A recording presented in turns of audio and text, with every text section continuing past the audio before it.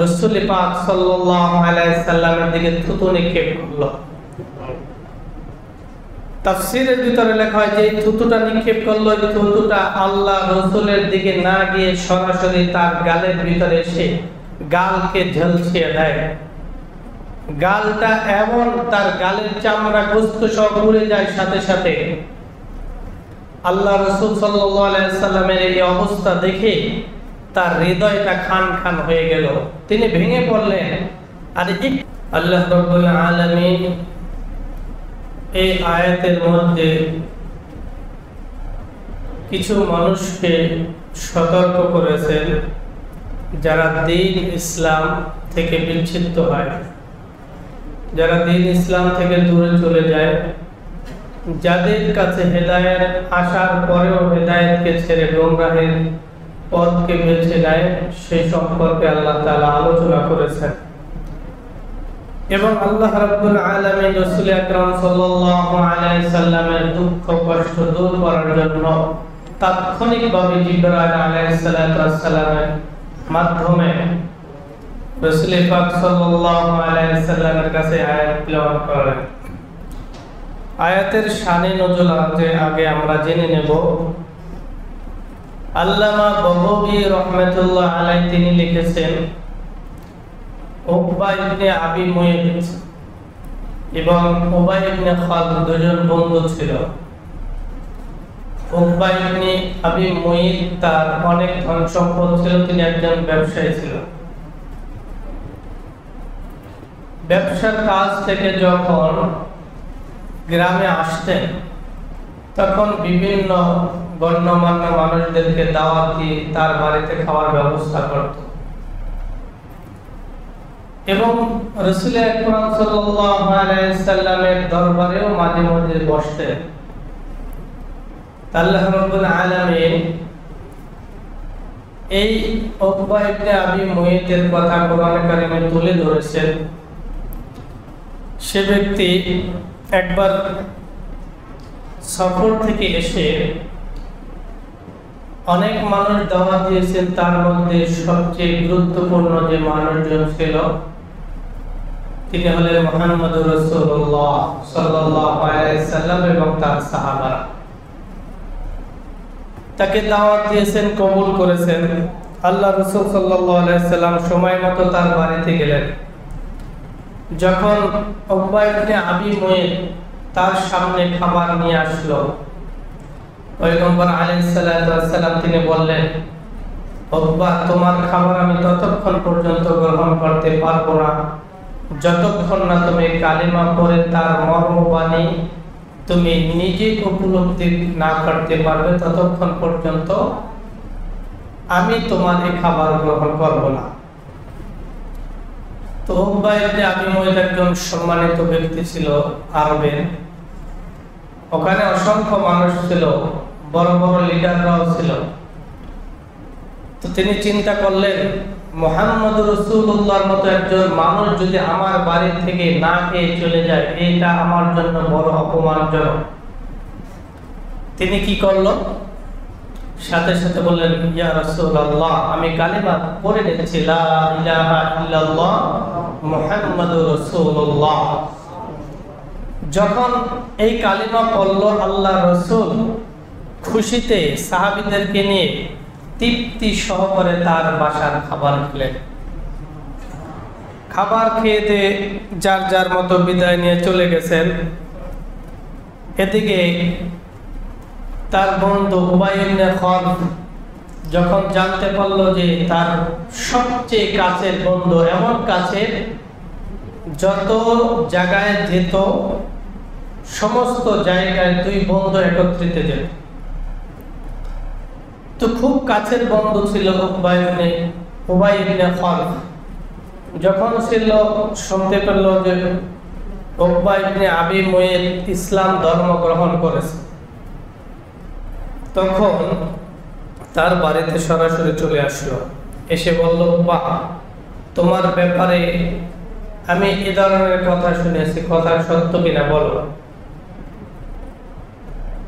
উকবা ইবনে আবি মুয়িত বলল যে কথা সত্য, তবে আমি একটা মার কাছে পড়ে গেছিলাম, আমি বাধ্য হয়ে কালিমা পড়েছি কিন্তু আমি ঈমান আনি নাই। নাউজুবিল্লাহ বলেন।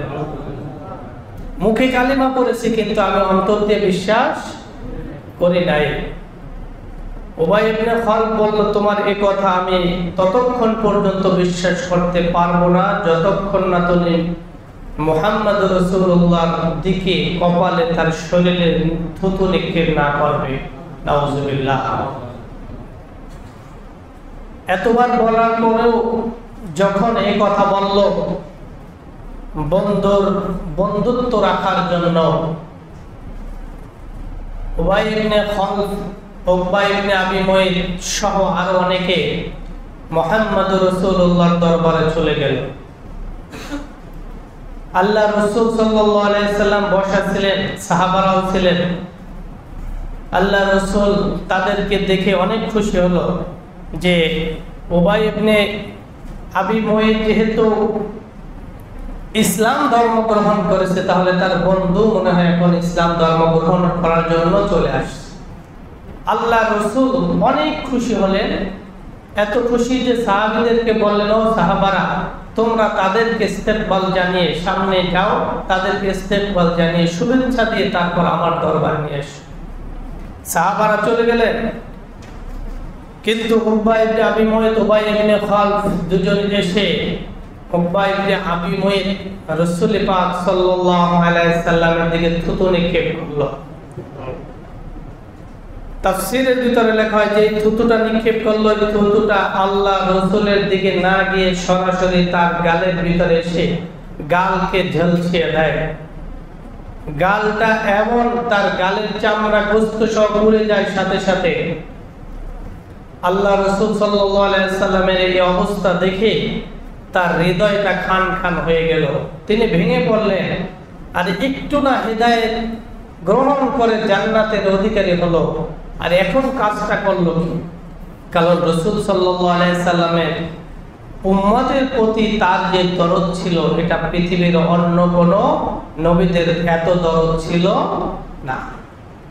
নবী করিম সাল্লাল্লাহু আলাইহি সাল্লাম তায়েফের ময়দানে যখন রক্তাক্ত হলেন, একবার বেহুশ হন, আবার হুশ হন, জিবরাইল আলাইহিস সালাম চলে আসলেন। তায়েফের একটি দুই পাহাড়ের মাঝখানে আশ্রয় গ্রহণ করেছিল।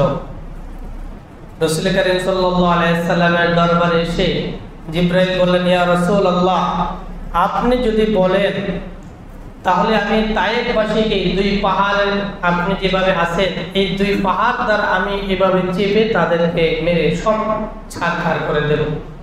আল্লাহ রাসূল বললেন, এত মার খাওয়ার পরেও যে পাথরের টুকরাগুলো আল্লাহ রাসূলের শরীরে মোবারক পর্যন্ত তা ঢুকে গিয়েছিল, কিন্তু আল্লাহ রাসূল বললেন কি,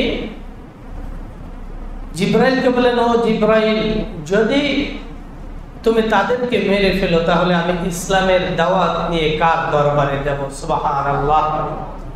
এত দরদ ছিল উম্মতের প্রতি যে আজকে তারা বোঝে নাই, কালকে বুঝবে, কালকে বোঝে নাই, পরের দিন বুঝবে, তারা ইসলামের ছায়াতলে একদিন চলে আসবে ইনশাআল্লাহ। জিবরাইল আলাইহিস সালাম চলে গেলেন। তো আল্লাহ রাসূল এই অবস্থাটা দেখে তার হৃদয়টা খান খান হয়ে গেল, এত কষ্ট পেলেন। আল্লাহ রাব্বুল আলামিন তার কষ্টটা এত বেশি অনুভব করলেন যে এখন জিবরাইলের মাধ্যমে, কোরআনের আয়াত নাজিলের মাধ্যমে আল্লাহ রাসূলকে সান্ত্বনা দিয়েছেন। সুবহানাল্লাহ বলেন। আল্লাহ রাব্বুল আলামিন সেই কথাগুলো সূরাতুল ফুরকানে আল্লাহ তাআলা ইরশাদ করেন, উকবা ইবনে আবি মুয়ত, উবাই ইবনে খালদ যখন রাসূলের দরবারে চলে গেল, উকবা ইবনে আবি মুয়ত যখন রাসূল পাক সাল্লাল্লাহু আলাইহি সাল্লামের মুখের দিকে থুতু নিক্ষেপ করলো, আল্লাহ রাসূলের হৃদয়টা খান খান হয়ে গেল। চিন্তা করলো, একটু আগে না তুমি ইসলাম গ্রহণের মাধ্যমে জান্নাতের অধিকারী হলে, আর এখন যে আচরণটা করেছো, এই আচরণের মাধ্যমে জাহান্নাম তোমার অবধারিত হয়ে গেছে। আল্লাহ রাসূল একজন উম্মতের প্রতি দরদ এতটা ছিল এটা তিনি সহ্য করতে পারছিলেন না। হৃদয়টা এত কম্পন ধরে গিয়েছিল। আল্লাহ রাব্বুল আলামিন জিবরাইলকে বলেন, যাও জিবরাইল যাও, মুহাম্মদুর রাসূলুল্লাহ সাল্লাল্লাহু আলাইহি সাল্লামকে সান্ত্বনা দাও, যে জানিয়ে দাও এই যে কাজটা করেছে রাসূল, এটা আপনার দুঃখের করার কোনো কিছু নাই। যে যতটা অপরাধ করবে তার অপরাধের শাস্তি দেওয়ার জন্য আমি আল্লাহ আছি। এটা আপনার এত কষ্ট পাওয়ার কিছু নয়। আল্লাহ রাব্বুল আলামিন বলেন, ওয়ায়াউমা ইয়া'আদ্দু যালিমু আলা ইয়াদাইহি ইয়াকুলু ইয়া লাইতানি ইত্তাখাযতু মা'আর রাসূলি সাবিলা। হে জিবরাইল, তুমি জানিয়ে দাও, ওয়ায়াউমা ইয়া'আদ্দু যালিমু আলা ইয়াদাইহি, এই জালিমরা, এই কাফের বেদিনরা যারা ইসলামের দুশমন, কিয়ামতের ময়দানে ইয়াদাইহি তাদের দু হাত কামড়াতে থাকবে। এমন ভাবে কামড়াতে থাকবে, কামড়াতে কামড়াতে কোনই পর্যন্ত তার হাতের গোশতগুলো খেয়ে ফেলবে। আর আফসোস করে বলতে থাকবে, ইয়াকুলু ইয়া লাইতানি ইত্তাখাযতু মা'আর রাসূলি সাবিলা, হায় আফসোস, আমরা সেদিন যদি রাসূলের পথকে অবলম্বন করতাম, ইসলামের ছায়াতলে যদি আসতাম, আজকে আমাদের এই অবস্থা হতো না। কিন্তু কিয়ামতের ময়দানে কোনোই লাভ হবে না। একবার হাতের কামড়াতে কামড়াতে কোনই পর্যন্ত গোশত খাওয়ার পরে আবার পুনরায় আবার গোশত ফিরে আসবে, আবার কামড়াতে থাকবে, আবার ফিরে আসবে, বারবার শুধু আফসোস করতে থাকবে আর বলতে থাকবে, ইয়া লাইতানি ইত্তাখাযতু মা'আর রাসূলি সাবিলা। হায়, সেদিন যদি বন্ধুর কথা না শুনে মুহাম্মাদুর কথা শুনতাম, মুহাম্মাদুর রাসূলুল্লাহ যদি পথকে বেছে নিতাম, তাহলে দুর্ভোগ হতো না, এই শাস্তিগুলো আমাদের হতো না। এটা শুধুমাত্র আফসোস করে বলতে থাকবে আর কামড়াতে থাকবে। এটা শাস্তি, এটা শাস্তির শুধু আফসোস করবে আর নিজের হাত এখান থেকে কোনই পর্যন্ত গোশত দুই হাত, ইয়াদাইহি দুই হাতের গোশতগুলো কামড়ে খেয়ে ফেলবে শুধু আফসোস করে।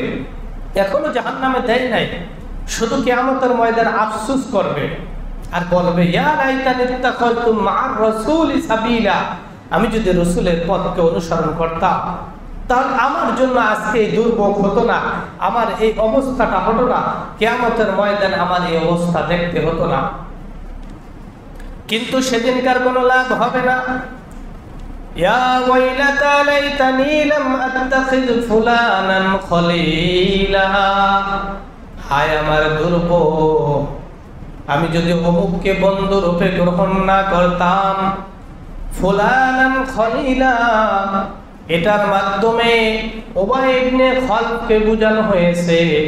উকবা ইবনে আবি মুঈত বলবে, ইয়া ওয়াইলাতা লাইতানি লাম আত্তাখিয ফুলানান খলিলা, এমন বন্ধুত্ব রক্ষা করার জন্য আজকে আমি যা, সেদিন আমি যা করলাম, আজকে সেগুলো আমার ভোগ করতে হবে, কিছুই করার থাকবে না।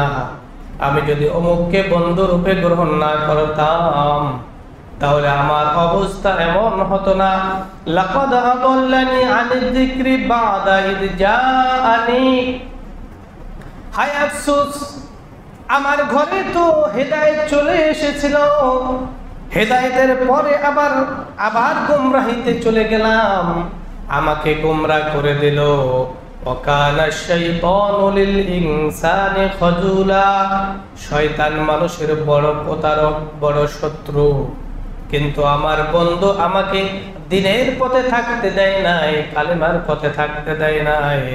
যে ইসলামের কথা রাসূল বললেন, আমি কালেমা পাঠ করেছিলাম, কিন্তু সেই কালেমার পথ থেকে আমি বিচ্ছিন্ন হয়ে গিয়েছি।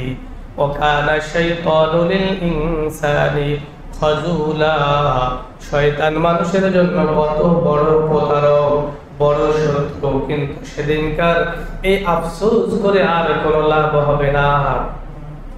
তাফসীরের মধ্যে লেখা হয় এটা শুধু উকবা ইবনে আবি মুয়ত, উবাই ইবনে খালদ দুই বন্ধুর কথা নয়, কিয়ামত পর্যন্ত যত এই ধরনের বন্ধুর কথায় এরকম কাজ করবে, ইসলামের বিরোধিতা করবে, ইসলামকে ভালোবাসবে না, ইসলামী মানুষদেরকে বাঁকা চোখে দেখবে, সকলের অবস্থা একই হবে, একই কথা কিয়ামতের ময়দানে বলবে।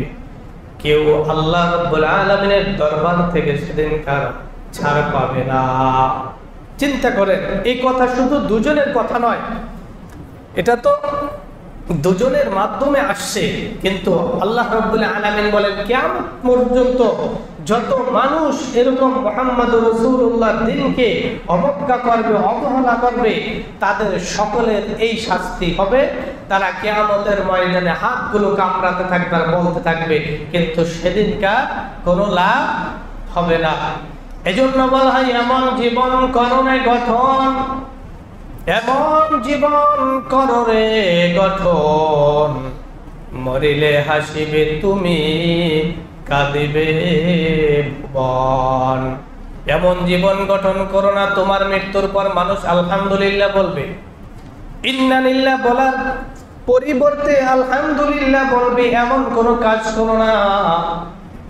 আল্লাহ রাব্বুল আলামিন বলেন এমন কাজ যদি করো তাহলে কিয়ামতের ময়দানে সকলের জন্য কিন্তু দুর্ভোগ হবে। ইয়া ওয়াইলাতা লাইতানি লাম আত্তাখিয ফুলানান খলিলা। সকলেই কিন্তু সেদিনকার বলবে হায় আফসোস, অমুককে যদি বন্ধুরূপে গ্রহণ না করতাম, অমুক দলের সাথে যদি যোগ না দিতাম, অমুকের কথায় যদি এত মানুষের প্রতি নির্যাতন নিপীড়ন না করতাম, তাহলে আমার অবস্থাটা এমন হতো না। দুনিয়ায় দেখেন মানুষ ধরা পড়লে যে যার পথ খুঁজে বেড়ায়, কেউ কারোর জন্য অপেক্ষা করে না, যে যেভাবে পারায় সে সেভাবে দৌড়ানোর চেষ্টা করে। আল্লাহ রাব্বুল আলামিন রাসূলের মাধ্যমে জানিয়ে দিলেন, ও রাসূল আপনি জানিয়ে দেন, আল মারউ মা'a মান আহাব্বা, যার সাথে দুনিয়ায় তুমি সম্পর্ক রাখবা, ভালোবাসা রাখবা, বন্ধুত্ব রাখবা, কিয়ামতের ময়দানে তার সাথে তোমার কিয়ামত হাসর ময়দান হবে, সেদিনকার তার সাথে উঠতে পারবা। এবার জালেমের সাথে যে সম্পর্ক রাখবে সে জালেমের সাথে উঠবে, যে মুনাফিকের সাথে সম্পর্ক রাখবে সে মুনাফিকের সাথে উঠবে, যে চুগলখোরের সাথে সম্পর্ক রাখবে সে চুগলখোরের সাথে উঠবে, যে হিংসুকের সাথে সম্পর্ক রাখবে সে হিংসুকের সাথে কিয়ামতের ময়দানে হাজির হবে।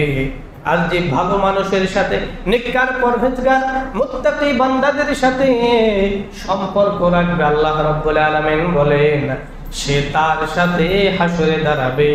মুত্তাকি বান্দার যেমন হিসাব আল্লাহ তাআলা সহজ করে দিবেন, তার সাথে সম্পর্ক থাকার কারণেও আল্লাহ রাব্বুল আলামিন তার হিসাবটাও সহজ করে দিবেন। সুবহানাল্লাহ।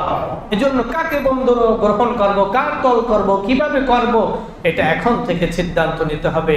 কারণ দুনিয়ায় বিপদে পড়লেই মানুষ কি করে, একজন আরেকজন ছেড়ে চলে যায়। এজন্য মানুষ হিংসা অহংকার করার কিছুই নয়। অহংকার এমন একটা অধপতন যা মানুষকে একদম শেষ চূড়া পর্যন্ত নিয়ে যায়। শেষ চূড়া বলতে তার জীবন ধ্বংসের শেষ পর্যন্ত পৌঁছায় যায়। অহংকার এত খারাপ জিনিস, এজন্য অহংকার করার কিছুই নাই। নদীর এপার ভাঙে ওপার গড়ে, এই তো নদীর খেলা, সকাল বেলার ধনী রে তুই ফকির সন্ধ্যা বেলা। আছে না নাই? সালমান এফ রহমান কত হাজার কোটি টাকা আছে হিসাব ছাড়া, তাই না? কিন্তু এমন মানুষের সাথে সম্পর্ক করলো, যাওয়ার সময় নবীর সুন্নতটা কাটা তার বাধ্যতা হয়ে গেল। নাউজুবিল্লাহ বলে।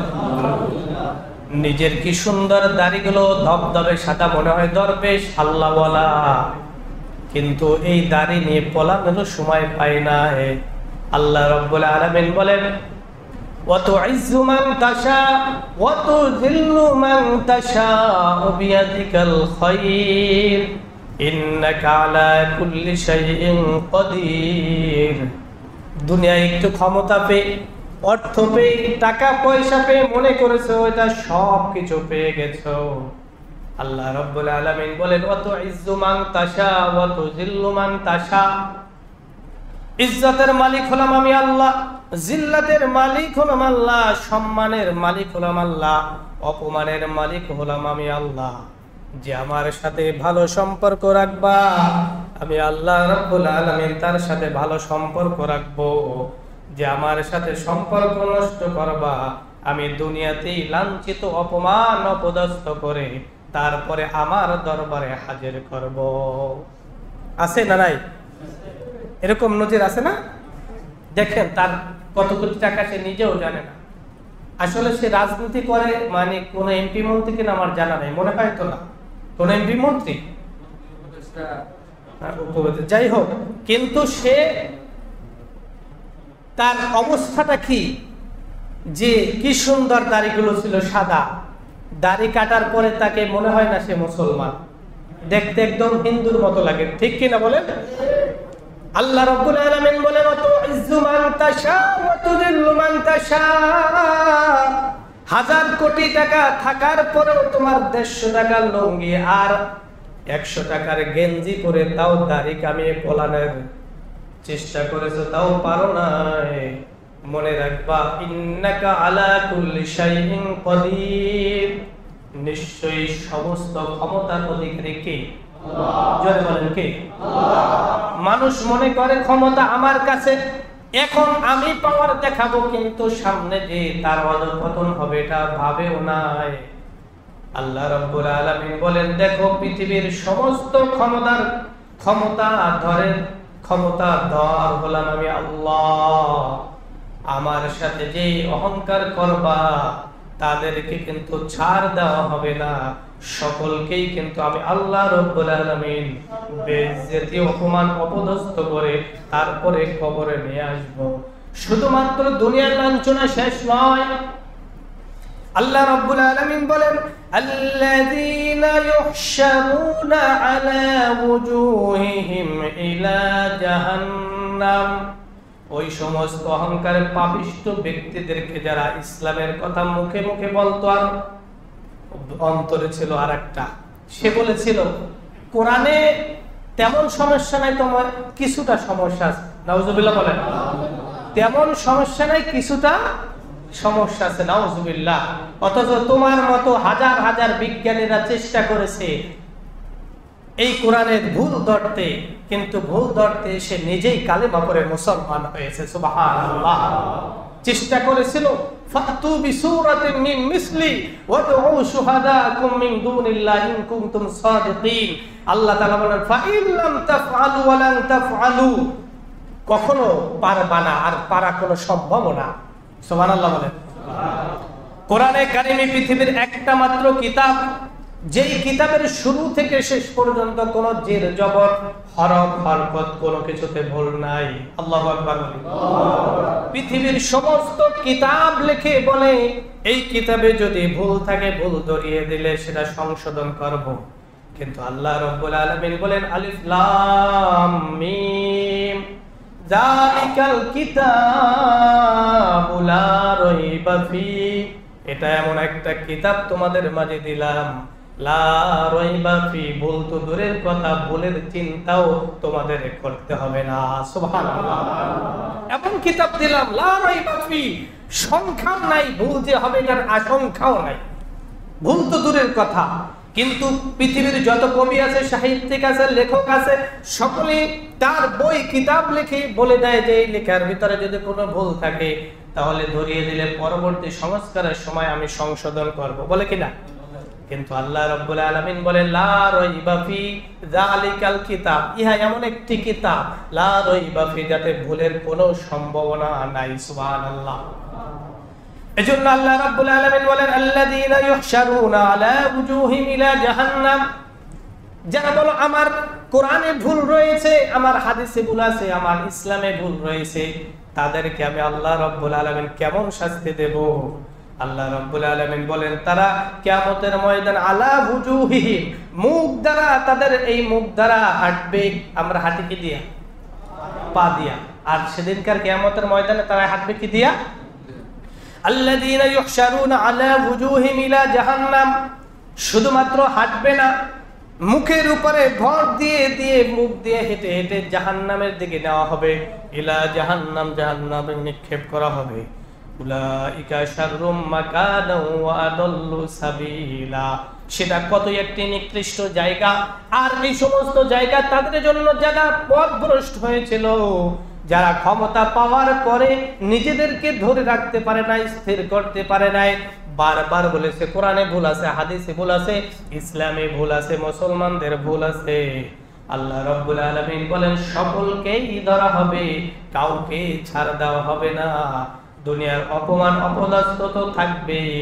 যে ব্যক্তি 1000 কোটি টাকা মালিক, বিলাসিতা তার জীবন, যার ভয়ে থরথর করে শহরগুলো কাঁপত, সে একজন আসামি হয়ে তার 2 হাতে গরু ছাগলের যে রশি রয়েছে সেই রশি দ্বারা বেঁধে তাকে আদালতে নেওয়া হয়। এর চেয়ে অপমান অপদস্থ আর কি হতে পারে বলেন? টাকা পয়সা দিয়ে কি করছে? সম্মান পাচ্ছে? সম্মান রক্ষা করতে পারছে? কেউ পারবে না।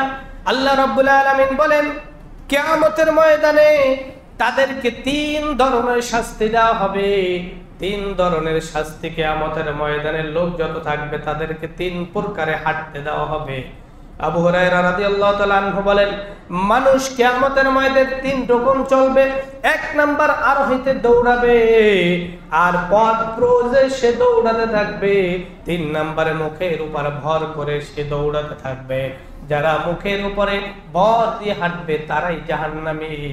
আল্লাহ রাব্বুল আলামিন বলেন ওই সমস্ত কিয়ামতের ময়দানের আযাবের কথা, শাস্তির কথা স্মরণ করে দুনিয়ার জমিনে চলো। শুধুমাত্র অর্থ সম্মান তোমাকে দিতে পারবে না। আমি আল্লাহ যাকে সম্মান দেব পৃথিবীর কেউ তাকে অপমান করতে পারবে না, আর যাকে জিল্লাতি দান করব তাকে কেউ সম্মানিত করতে পারবে না। পারবে? একটা উদাহরণ, আল্লামা মামুনুল হক, তাকে কি করেছিল? কত মামলা, অনেক মামলা, তার মধ্যে একটা ধর্ষণ মামলা ছিল। কিন্তু জেল থেকে বের হওয়ার পরে সবাই দেখছেন না তার অবস্থাটা, দেখছিলেন নাকি? এজন্য সম্মান অপমান অপদস্থ করা সব কার হাতে?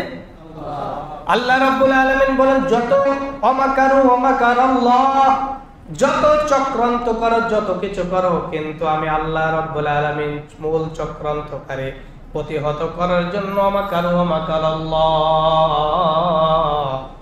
আল্লাহু খায়রুল মাকিরিন।